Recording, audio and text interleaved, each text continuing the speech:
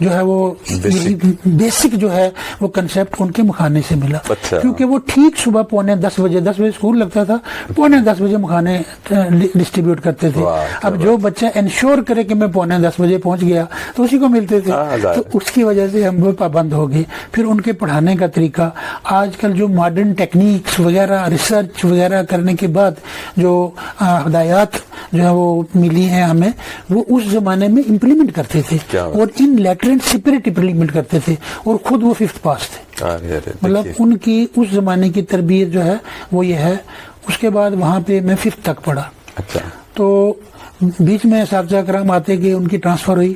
تو دوسرے نمبر پہ ایک ماسٹر ستپال وید جی آئے. وہ اس زمانے میں پی او کے وہ ریفیوجی تھے, 47 میں آئے ہوئے تھے, 5-7 سال. تو یہاں پہ وہ نئے ٹیچر لگے اور ان کی first appointment government primary school پتھیڑ میں ہوئی.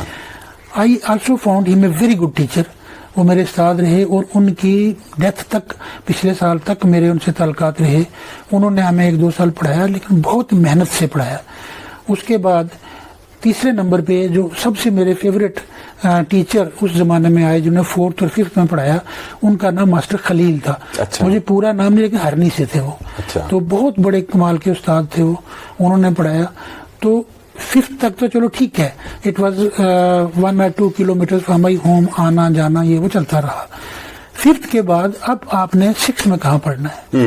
اس زمانے میں 6th کلاس جو ہے ہماری گورنمنٹ ہائر سیکنڈری اسکول جو پریزنٹ ہے اس میں لگتی تھی آ کے. تب ہائی اسکول ہوتا تھا.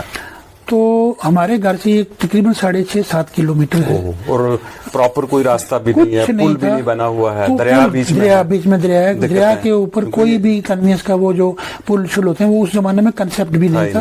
ایک ہی پل تھا جو مرحوم پیر جماعت علی شاہ صاحب نے بنوایا تھا پمروٹ کے آگے, جو کنیکٹ کرتا دیٹ واز دا اونلی برج. اب ہم اگر پمروٹ کے برج سے جائیں تو ہمارا سفر 9 کلومیٹر ہو جاتا تھا. اب شارٹ کٹ کرنے کے لیے ہمارے گھر کے سامنے ایک دریا کراسنگ جگہ تھی, وہاں سے ہم کراس کیا کرتے تھے. اور 14 کلومیٹر سفر ڈیلی کرنا, صبح کا کرنا, شام کا کرنا, دن کو پڑھنا بھی.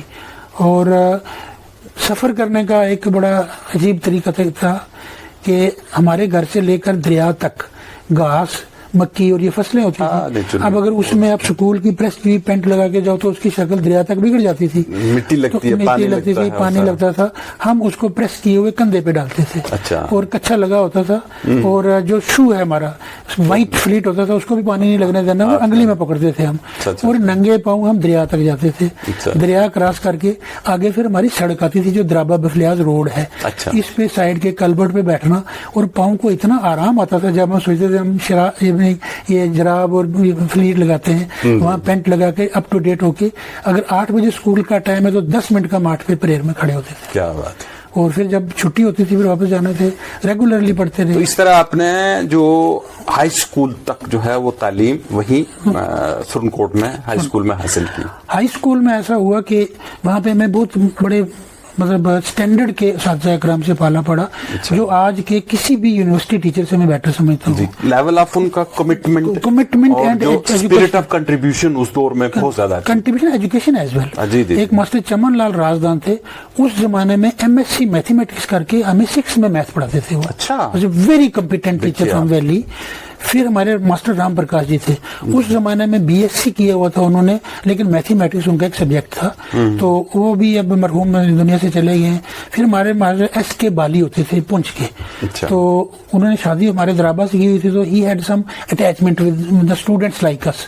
تو بہت ٹیچر ہیں, وہ ابھی زندہ ہیں, ان کی تھوڑی ایک ٹانگ میں فریکچر ہے. تو پچھلے دنوں 11th اور 12th اس دور میں کالج میں ہی ہوتی تھی مجھے لگتا ہے. تو پھر یقیناً آپ پونچھ چلے گئے ہوں گے, وہاں کالج میں ایڈمیشن لی ہوگی, تو وہ آپ کا دور جو تھا وہ کیسا سمجھتے ہیں؟ ایسے کہ جو کالج کی تعلیم پوری جو ایک ریگولر ایجوکیشن ہوتی ہے وہ ہماری کالج میں نہیں ہو پائی.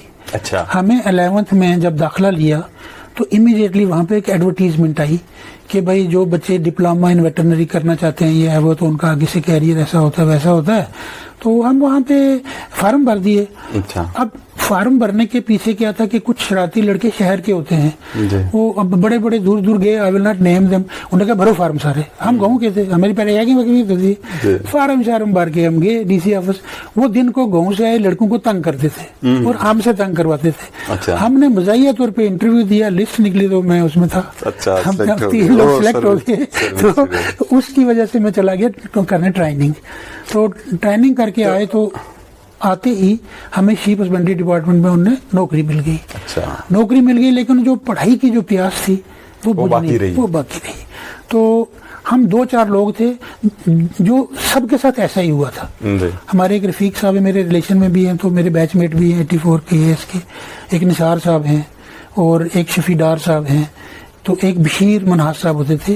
یہ سارے لوگ جو ہیں وہ گریجویشن یا 12ویں 11ویں پڑھنے سے پہلے ہی نوکریوں میں لگ گئے. رفیق صاحب پٹواری لگ گئے, نثار صاحب ٹیچر لگ گئے, لیکن نثار صاحب گریجویشن کر کے ٹیچر لگے تھے. وہ تھوڑے چلتے رہے کال, وہ لیٹ لگے, ہم سے بہت لیٹ نوکری لگے. ہم پہلے نوکری لگے ہوئے تھے 3 لوگ. اب ہمارا 4 کا گروپ بن گیا. ایک ہمارے قیوم مناز صاحب تھے, تو انہوں نے گریجویشن کر کے DDR کیا ہوا تھا. تو جب ہم آئے تو ہم ویسے دوستی ہماری ہو گئی اس لحاظ سے کہ سرنکوٹ ہائی اسکول کی میٹرک اس زمانے کے لحاظ سے. اب ہمارا اکٹھا چلنا پھرنا ہو گیا, ان کی گائیڈنس وغیرہ رہی, یہ بھی نوکری کرتے تھے ہم بھی. تو ہم نے اپنی اسٹڈی کی, تو میں نے گریجویشن جو ہے وہ پرائیویٹ کر لی. تو جب ہم نے گریجویشن, ہم سب 4-5 لوگوں نے گریجویشن کر لی. رفیق صاحب نے LLB کر کے آ گئے, میں نے گریجویشن کر لی, اور اس کے بعد شفیع ڈار صاحب نے کر لی, اور بشیر مزاج صاحب نے بھی کر لی.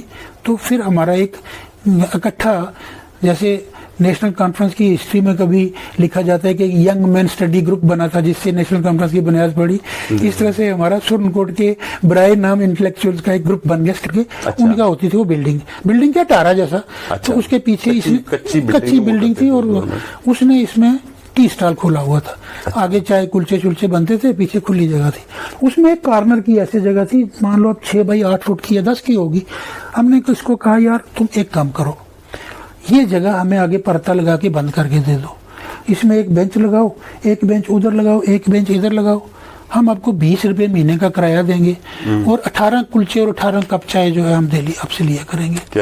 6 لوگ تھے نا, 3 بار پینا تھا میں پڑھائی کے دوران. اس نے کہا جی بسم اللہ, مجھے تو کلائنٹیج مل گئی, ڈیلی مجھے ہو سکتا ہے اتنا بکے میں دے دوں گا آپ کو. ہم نے 4 بجے وہاں آنا, کتابیں لانی, وہاں جائنٹلی پڑھنا کیا ہے, میٹیریل کہاں سے لانا ہے. کوئی ہمارے پاس ڈیلی پیپر کا کوئی وہ نہیں ہوتا تھا. بسین ناول ایجنسی ہوتی تھی, ناولٹی سٹور ایک پونچھ ہوتا تھا. ان کا لڑکا آج بزرگ ہے, وہ یہ ویڈیو وغیرہ بھی چلاتا رہا, بڑا اچھا ہونہار لڑکا تھا, پر he was just boy that time. وہ ادھر ہوتا تھا. ہم نے اس کو بولنا کہ بھیا ہم نے آپ کو 10 دن کے بعد یا 5 دن کے بعد جب بھی آئے, آپ نے Times of India, Indian express وغیرہ جو ایک اخباریں رکھ دینی ہے, ہم آپ سے اکٹھی اٹھا لیا کریں گے, پیسے چاہے ایڈوانس لے لو. نمبر 1. نمبر 2, مہینے میں ہم میں سے ایک آدمی آئے گا, کیونکہ سارے افورڈ بھی نہیں کرتے تھے. It was country type. ایک آدمی آئے گا, وہ آپ سے اس زمانے میں کمپٹیشن سکسیس اور کمپٹیشن ریویو 2 میگزین ہوتے تھے, ٹاپ میگزین, جس میں یہ IAS سول سروس والوں کے انٹرویوز بھی آتے تھے, پلس ایگزام کے وہ جو پورا سیکٹر میں exam, general knowledge, general study سارا کچھ ہوتا تھا. وہ 2 میگزین ہم نے لگانے, وہ سب کے لیے لانا, تو پڑھنا اور اپنے اپنے سبجیکٹ میٹر پڑھنا اور وہاں ڈسکس کرنا. یہ کرتے کرتے جب ہم نے ایگزام دیا تو ٹو مائی سرپرائز جتنے لوگ اس میں تھے سارے پاس کر گئے. کیا بات ہے. یہ ہے نا وہ جو کلیکٹیو ایک ایفرٹ ہوئی, اور ایک دوسرے کو reciprocal improvement in academics and intellect ہوتی رہی. تو جب ہم نے وہ ایگزام پاس کیا تو اس کے بعد ہمارا وائوا کا سلسلہ آ گیا. تو پھر وائوا میں اپنے نیچرلی آپ کو پتہ ہی اس میں اپنے ایفرٹس کیے جاتے ہیں. میں اپنا کو کرتا ہوں کہ کوئی وائوا میں نمبر مل جائے, دوسرا کرتا ہے, وہ کوشش کی. اور جب فائنل لسٹ نکلی, ٹو مائی سرپرائز بشیر مناز صاحب اور شفیع ڈار صاحب کے بعد باقی سارے پاس. اچھا. اب پورا میڈیا میں اٹینشن ہوگی اس وقت جموں میں کہ یہ کون سا شہر ہے جہاں سے 4 KAS افسر کٹھے آئے اور پہلے اٹیمپٹ میں آئے. It was over first attempt. تو دین دس سرنکوٹ اور Thanna Mandi, these 2 towns were highlighted. District headquarter سے کوئی نہیں آیا, 4 تھنا منڈی سے آئے اور 4 سرنکوٹ سے آئے. سو اس وقت یہ ٹاؤن جو ہے ہائی لائٹ ہوئے. یہ ہمارا قصہ ہے. اصل میں آپ نے بڑی خوبصورتی سے بتا دیا. میں ایک سوال آپ سے یہ یقیناً پوچھنا چاہ رہا تھا کہ آپ اس کامیابی میں حصے دار کن کو آپ بنانا چاہتے ہیں، تو وہ آپ نے بڑے اچھے سے پہلے ہی اس کا جواب دے دیا. تو پھر آپ کو موقع مل گیا، آپ کے ایس آفیسر بن گئے اور ایک گروتھ ہوئی اس طرح سے. تو ہم ڈائریکٹ پہنچتے ہیں کہ آپ کو بطور ڈپٹی کمشنر جو ہے وہ رجوری میں کام کرنے کا موقع ملا، پھر اسی طرح سے ڈپٹی کمشنر بارہمولہ آپ رہے، آپ کو ڈی ایم لگا دیا رجوری. اس سے پہلے مجھے بڑی اچھی جگہوں پہ لگایا انہوں نے. اچھا. اس کے پہلے مجھے اسپیشل سیکرٹری R&B لگایا، یہ جو روڈ نیٹ ورک بنایا، اسپیشل سیکرٹری PHE لگایا. اچھا. جو جتنی اسکیمیں پونچھ رجوری میں ہیں، یہ اس میں کافی رول میرا ہے. وہ کر کے تو پھر انہوں نے مجھے DM لگا دیا. تو رجوری DM کی بڑی اچھی یادیں ہیں، جتنا بھی لوگوں کے ساتھ میں کام کر سکا. کیونکہ رجوری میں میری ایک ویکنیس تھی کہ ہماری پونچھ کی 30% پاپولیشن رجوری شہر میں جو ہے وہ چندی مڑ ڈگرے مہاراشٹر سے بفلیاز سے رجوری میں آئے ہیں. ان کے لیے میں جو کر سکتا تھا وہ تو خیر جب کبھی اب وہاں کے پبلک کا انٹرویو کریں گے وہ بتائیں گے. وہ کیا تو اس میں بہت ہی مطلب میں golden period of my career کہوں گا. صرف ایک اس میں تھوڑا سا سلسلہ ہو گیا، تھوڑی مس انڈرسٹینڈنگ ہو گئی. ہماری پروین تگڑیا جی رجوری میں آئے جی، تو ان سے تو آپ کچھ ایکسپیکٹ اور کچھ کر نہیں سکتے ہو. انہوں نے وہاں گیتا بھون میں ایک کمیونل اسپیچ دے دی. اچھا. اور ہمارے کوئی میڈیا والے تھے جنہوں نے ڈسگائز میں انہی کے ورکرز کو کیمرہ دے دیا تھا، یار اندر دیکھنا ریکارڈ کیا ہوگا. اب اندر سے کچھ سیکرٹ ریکارڈ انہوں نے باہر نکالا، اس پر رجوری سرکولیٹ ہو گیا اور اس سے کمیونل جو ہے وہ ٹینشن ہو گئی وہاں پہ. اب میں سوچتا ہوں کہ میں لوکل ہوں، اگر کوئی بندہ نقصان ہو جائے یا کچھ ہو جائے تو میں عمر بھر کسی کو منہ نہیں دکھا پاؤں گا. تو میں نے یہ کیا کہ امیڈیٹلی پہلے اس کو سچویشن کو کنٹرول کیا، لٹرم پٹرم کر کے. جب میں نے سوچا ہاتھ سے باہر ہے تو ہمیں کوئی 20-25 دن رجوری شہر کو کرفیو کے انڈر رکھنا پڑا. اس سے مجھے بڑا دکھ ہوا کہ لوگوں کو میری وجہ سے اس کے بغیر چارہ کوئی نہیں تھا، بس وہی تھا اس میں. باقی تو جہاں بھی گئے کوشش کی کہ ڈیولپمنٹ، کوشش کی کہ پیسے آئیں. ملیٹنسی اتنی تھی کہ پالیٹیشینز کو اسٹیٹ میں کہیں جلسہ کرنا نہیں دیا جاتا تھا. عمر صاحب ٹور پہ آئے، وہ چیف منسٹر تھے. یہ میں آپ سے اصل میں یہی چیز پوچھنا چاہ رہا تھا کہ اس دور کی کوئی خاص ایسا ایکٹیویٹی یا ایونٹ جس کا تذکرہ آپ کرنا چاہیں تو آپ نے خود ہی کر لیا. عمر صاحب جو ہے رجوری میں آئے تو انہوں نے شاہدرہ شریف آئے، وہاں پہ رجوری میں ہے. وہاں پہ آنے سے پہلے شاہدرہ میں ظاہر کی خواہش کہ یار رجوری میں کوئی جلسہ ہو سکتا ہے. میں کہا جی ہوگا، اس میں کیا ہے؟ کہتے ملیٹنسی میں کہ کچھ نہیں. ہم نے جی آپ لگائی اپنی ایجنسیز وغیرہ، تحصیلدار وغیرہ کو بولا کہ یار پبلک کو بولو کہ ملیٹنسی ہے، ہم اس ملیٹنسی میں یہ ثابت کریں کہ ہم جو ہے وہ جو بارڈرز ہیں اس کے گارڈ ہیں، and we are not with the militancy and general public جو ہے دے وانٹ پیس. اور یہ ایسے ویسے کر کے وہ اس قسم کی ہم نے لوگوں کو میسیج دیا. اور اللہ کا کرنا کہ 5000 سے زیادہ گیدرنگ جو ہے وہ رجوری ڈاک اس میں حالات میں بہت بڑی بات تھی. انہوں نے جلسہ کیا، پھر ہماری سیکرٹ میٹنگ کی. پھر کہنے لگے کہ مجھے پبلک کے ڈیپوٹیشن سے ملایا جائے. جیسے جس میں سینئر سٹیزنز ہوں، امپلائیز ہوں، آفیسرز ہوں، اور مولانا حضرات خاص کر کہا جو مسجدوں میں خطبے دیتے ہیں وہ ہوں. اب اس میں بھی تھوڑا سا لمبا کیا، وہ میں نہیں کہوں گا، فقہ کی بات آ گئی کہ اب دیوبندی کو لینا ہے، اس کو کہنا ہے. میں نے کہا بھیا سارے چلو گے تو لے جاؤں گا، نہیں تو کسی کو بلاؤں گا نہیں. خیر میں نے وہ مینیج کر لیا، ملائے. وہ بھی ملنے کے بعد لاسٹ میں وہ کہنے لگے یار یہ ڈسٹرکٹ جو ہے آپ کے لوگ بہت اچھے ہیں اور they are pro government, and جتنا یہاں کی ملیٹنسی اتنی ہے اس کا مطلب ہے کہ باہر سے انٹرونشن ہے، عام لوگ جو ہے انسائیڈ ویسا نہیں ہے. تو میرے پاس کا مائنڈ جو ہے وہ تھوڑا گورنمنٹ کی طرف ہی ہے، گورنمنٹ آف انڈیا کی طرف، یہ ہندوستان نوازی کا اسپرٹ. اس کو ریوارڈ کرنے کے لیے پرائم منسٹر صاحب نے اس وقت ایک ٹاسک فورس بنائی تھی. اچھا. کہ جو زیادہ پچھڑے ہوئے ایریا ہیں ان کو اسپیشل ان پٹ ڈال کر کچھ ٹاسک فورس میں پروجیکٹ دیے جائیں. تو سی ایم صاحب نے کہا یار تم ایسا کرو کہ 100 کروڑ تک میں کر سکتا ہوں پروجیکٹ بناؤ. 100 کروڑ اس زمانے کا آج کا اربوں روپے اس ڈسٹرکٹ کے لیے میں کچھ پروجیکٹ دوں گا. سر ہم نے پروجیکٹ بنانے شروع کیے. ڈیو کام صاحب ہمارے کوتوال صاحب ہوتے تھے. اچھا. ہم نے مختلف پروجیکٹوں کے نام رکھنے شروع کر دیے. میں نے کہا جی شاہدرہ میں ایک بیت الزائرین بناتے ہیں ہم.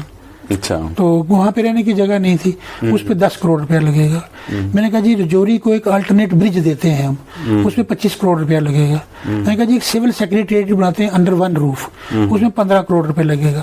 اور اسپورٹس اسٹیڈیم ایک بناتے ہیں, اس میں 10 کروڑ روپیہ لگے گا. تو وہ جناب ہم نے پروجیکٹ بنانے شروع کر دیے, کوتوال صاحب رہے, میں رہا, پھر انجینئرنگ کی ٹیم لائی, یہ سارے پروجیکٹ بنے. اور میں جب آج رجوری سے گزرتا ہوں یہ سارے پروجیکٹ شرمندہ تعبیر. یہ میں ایک سوال یہ بھی پوچھنا چاہ رہا تھا کہ کوئی خاص ایسی چیزیں جن کا آپ ذکر کرنا چاہیں ان کو اپنی کامیابی میں ڈال کر کے, تو وہ چلیے اچھا ہے ان چیزوں کا آج آپ جائیں گے بیت الزائرین دیکھیں گے تو ٹاسک فورس سے بنا ہے. آج آپ جا کے سول سیکریٹریٹ میں تھوڑی سی وہ سیاست کا شکار ہوگی میرے آنے کے بعد, وہ اس کے رینوویشن ہو کر کے تو بن چکی ہے, وہ چل سکتا ہے, وہ اس پہ کوئی 5 کروڑ روپے خرچ بھی ہو چکا ہے. اب وہ سیاست کی شکار ہے کہ سیکریٹریٹ یہاں رکھنی ہے وہاں رکھنی ہے, کیا کرنا ہے.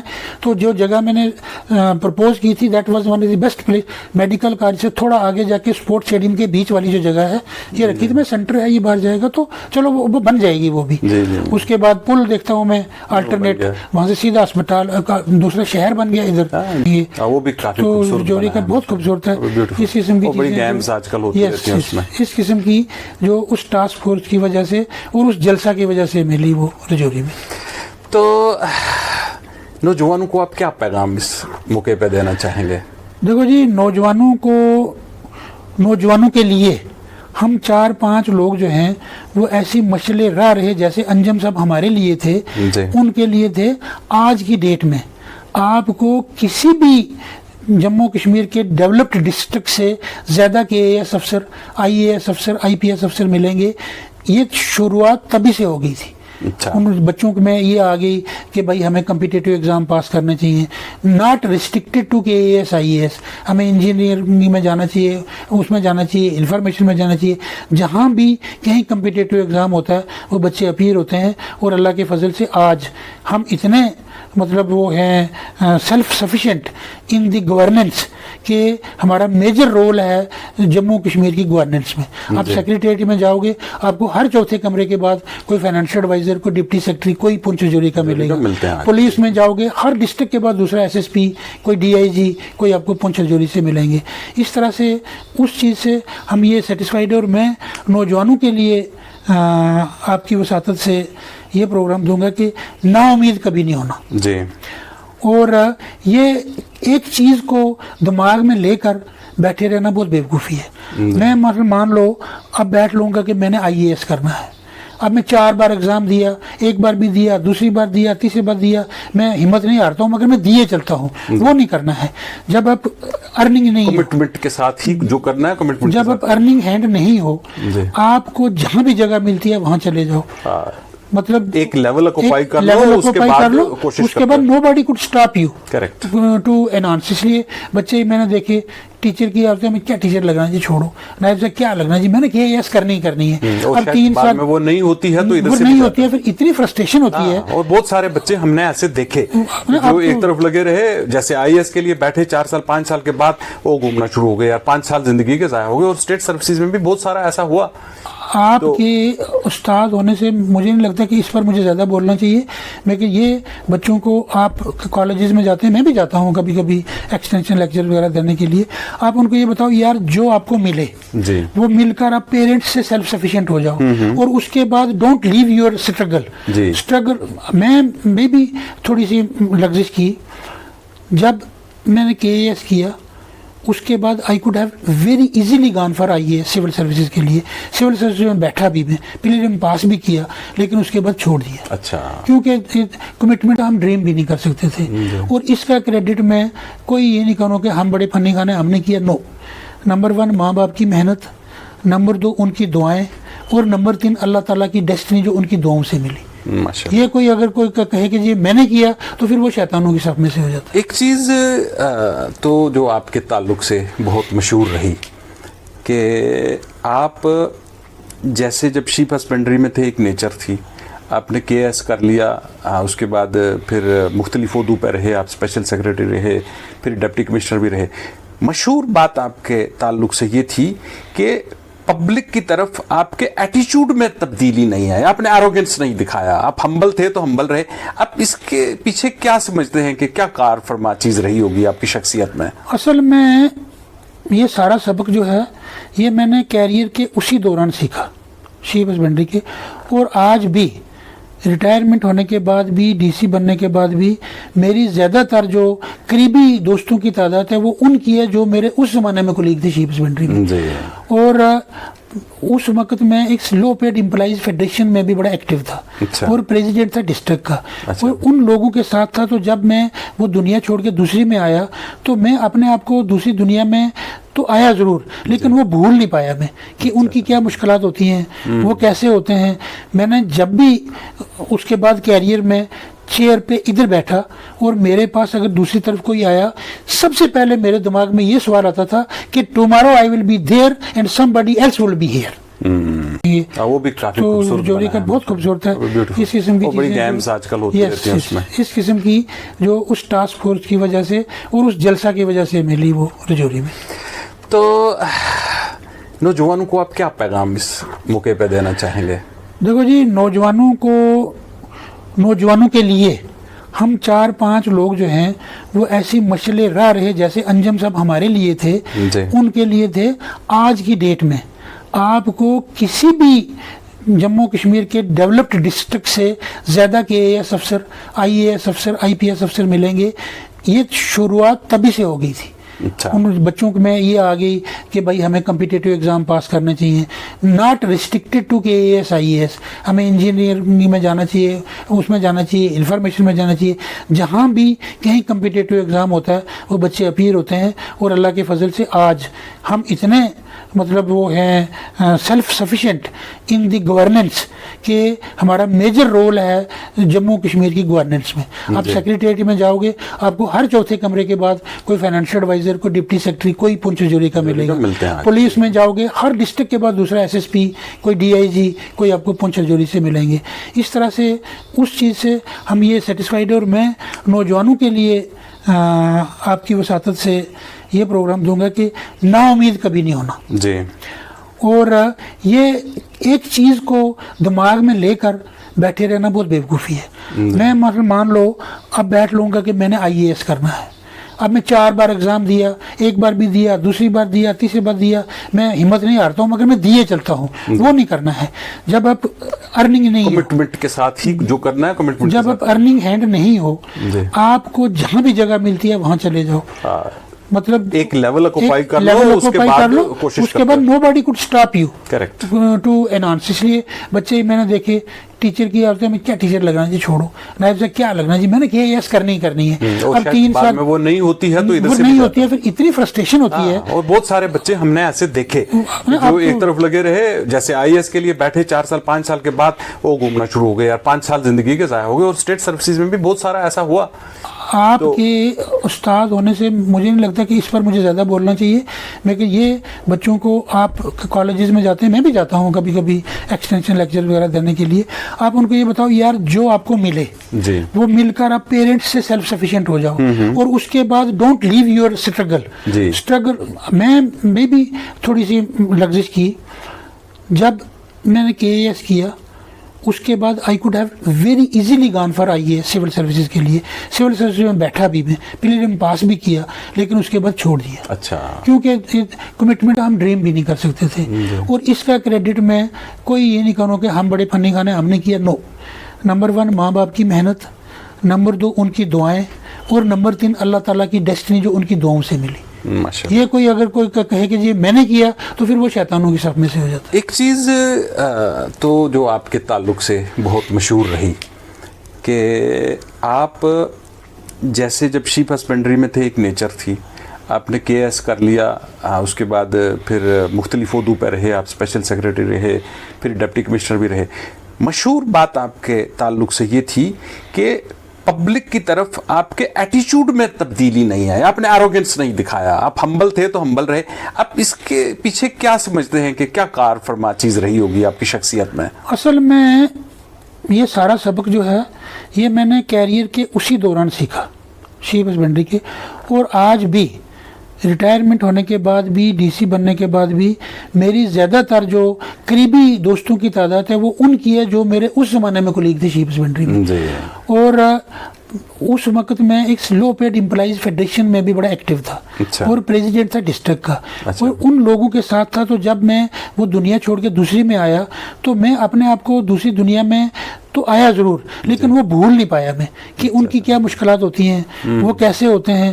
میں نے جب بھی اس کے بعد کیریئر میں چیئر پہ ادھر بیٹھا اور میرے پاس اگر دوسری طرف کوئی آیا, سب سے پہلے میرے دماغ میں یہ سوال آتا تھا کہ tomorrow I will be there and somebody else will be here. کہ نوجوان بڑی تعداد میں ڈرگس کا شکار ہوتے جا رہے ہیں اور یہ تعداد دن بدن بڑھتی جا رہی ہے. اور آج کی ڈیٹ میں اسٹیٹسٹیکل ڈیٹا دیکھ رہا تھا کہ 14 لاکھ آبادی ہماری جو ہے وہ ان ڈرگس کا شکار ہو گئی ہے, چاہے وہ الکوہل کنزیوم کرنے والے ہوں, چاہے وہ یہ جو نارکوٹک ڈرگس ہیں یہ استعمال کرنے والے ہوں, یا کوئی کئی طرح کی. تو آپ نوجوانوں کو کیا رائے دیں گے کہ وہ کس طرح اس سے بچ پائیں, یا پھر پیرنٹس اور جو ہمارے سماج کے انٹلیکچوئل لوگ ہیں, دانشور ہیں, سوچ سمجھ والے لوگ ہیں, پیرنٹس ہیں, اور جو ہیڈز آف ریلیجیس آرگنائزیشنز ہیں, تو how do you suggest all of them to contribute towards securing the life of our posterity? اس میں دیکھیے بڑے عوامل شامل ہیں جی. اس میں نیشنل لیول کے عوامل بھی شامل ہیں, انٹرنیشنل لیول کے عوامل بھی شامل ہیں جی, اور لوکل عوامل بھی شامل ہیں جی. لوکل لیول کو میں ایسے ایکسپلین کروں گا کہ میٹیریلسٹک اپروچ جو ہو گئی لوگوں کی, ایک پرٹیکولر جاب کرتا ہے یا ٹھیکیداری کرتا ہے, اس کے پاس پیسہ آ گیا, دوسرے نے کوئی طریقہ ڈھونڈنا ہے اوور نائٹ پیسہ کر کے اس کا مقابلہ برابر ہو جاؤں. اس کے برابر ہونے کے لیے اگر 100-200 نوجوان قربانی لگ جائیں تو اس کو کوئی فکر نہیں ہے. ہمارے لوگ اس میں انوالوڈ ہیں. اب جب وہ کرے گا تو کرنا کیا ہے, اب کسی سے وہ ڈرگ لے لیتا ہے, اب اس کی مارکیٹنگ کیسے کرنی ہے. مارکیٹنگ کرنے کا جو میں نے تجربہ کیا ہے اپنے اس نوکری کے دوران میں میجسٹریٹ ایز یہ علاقے میں, وہ یہ ہے کہ اچھے اچھے گھروں کے بچے سلیکٹ کرو جی. جو کھانے پینے والے بچے ہیں, ان کو کچھ عرصہ فری ڈرگز دیا جو ایز اے شوق, ایز اے گیم. یہ بھاؤ یار بڑا مزہ آتا ہے اس کو یہ وہ کرنے میں. وہ بچہ بڑا کچا ہوتا ہے اس وقت, 7th 8th 9th کا ہوتا ہے, اس کو کوئی پتہ نہیں ہوتا ہے. اس کو جب ایڈکٹ بناتے ہیں پھر اس کو اپنے اوپر ڈیپینڈنٹ کر دیتے ہیں. پھر وہ ماں سے باپ سے, اب جو ارننگ ہینڈ ہے ان کو پتہ یہ انکم والا گھر ہے, وہ کہیں سے بھی پیسے لے کر تو اس کے وہ چلتا ہے, تو اس کی لائف تباہ ہوتی ہے. اس سے ہمارے بہت ٹیلنٹڈ بچے, بہت لائق بچے تباہ ہوئے ہیں. ایک تو میں ان لوگوں کو یہ ریکویسٹ کروں گا کہ اپنے بچے کو اور دوسرے بچے کو برابر سمجھو. پیسہ اگر بنانا ہے آپ نے تو اور بڑے ذریعے ہیں, اس کو مت اپناؤ. دوسرا عمل اس میں شامل ہے انٹرنیشنل, جو ملیٹنسی کا عمل ہے. دوسرا ہے اس میں بھی وہ ڈرگز بیچتے ہیں. انٹرنیشنل لیول سے ڈرگز آتی ہیں جاتی ہیں, اس سے پیسہ جو آتا ہے وہ کہیں انلیگل جگہوں پہ وہ استعمال کیا جاتا ہے, جو کہ ہماری ایجنسیز یا مجھے ایز ڈی ایم جو میں کہیں ریویل نہیں کرنا چاہوں گا, لیکن ہمارے پاس ایسی آتی تھی رپورٹیں جس کی ہم مداوا کرتے تھے. اس میں society as a whole, parents, police اور دوسری جو این جی اوز ہیں, آپ کی بھی این جی او, کیونکہ جس قوم کی تعلیم چھن جائے یا جس قوم کا ذہنی توازن چھن جائے, اس سے بڑی وار ایکٹ کوئی نہیں ہے. آپ 2 راکٹ مارو, 100 میں سے 20 بندے مریں گے, 80 تو بچیں گے, اس میں کوئی بھی نہیں بچتا ہے. اس لیے یہ سب لوگوں کی ذمہ داری ہے. اور نوجوان بچوں کو میں یہ کہوں گا, خاص کر جو میری بات سمجھے, میں اسی لیول سے بات کروں گا. 8th میں آپ ہو, 9th میں ہو, کہیں بھی ہو, اگر آپ کو مفت میں کوئی ٹافی کھلاتا ہے, مفت میں کوئی چیز دیتا ہے ایڈکٹ کرنے کے لیے, تو اس کو چھوڑ دو.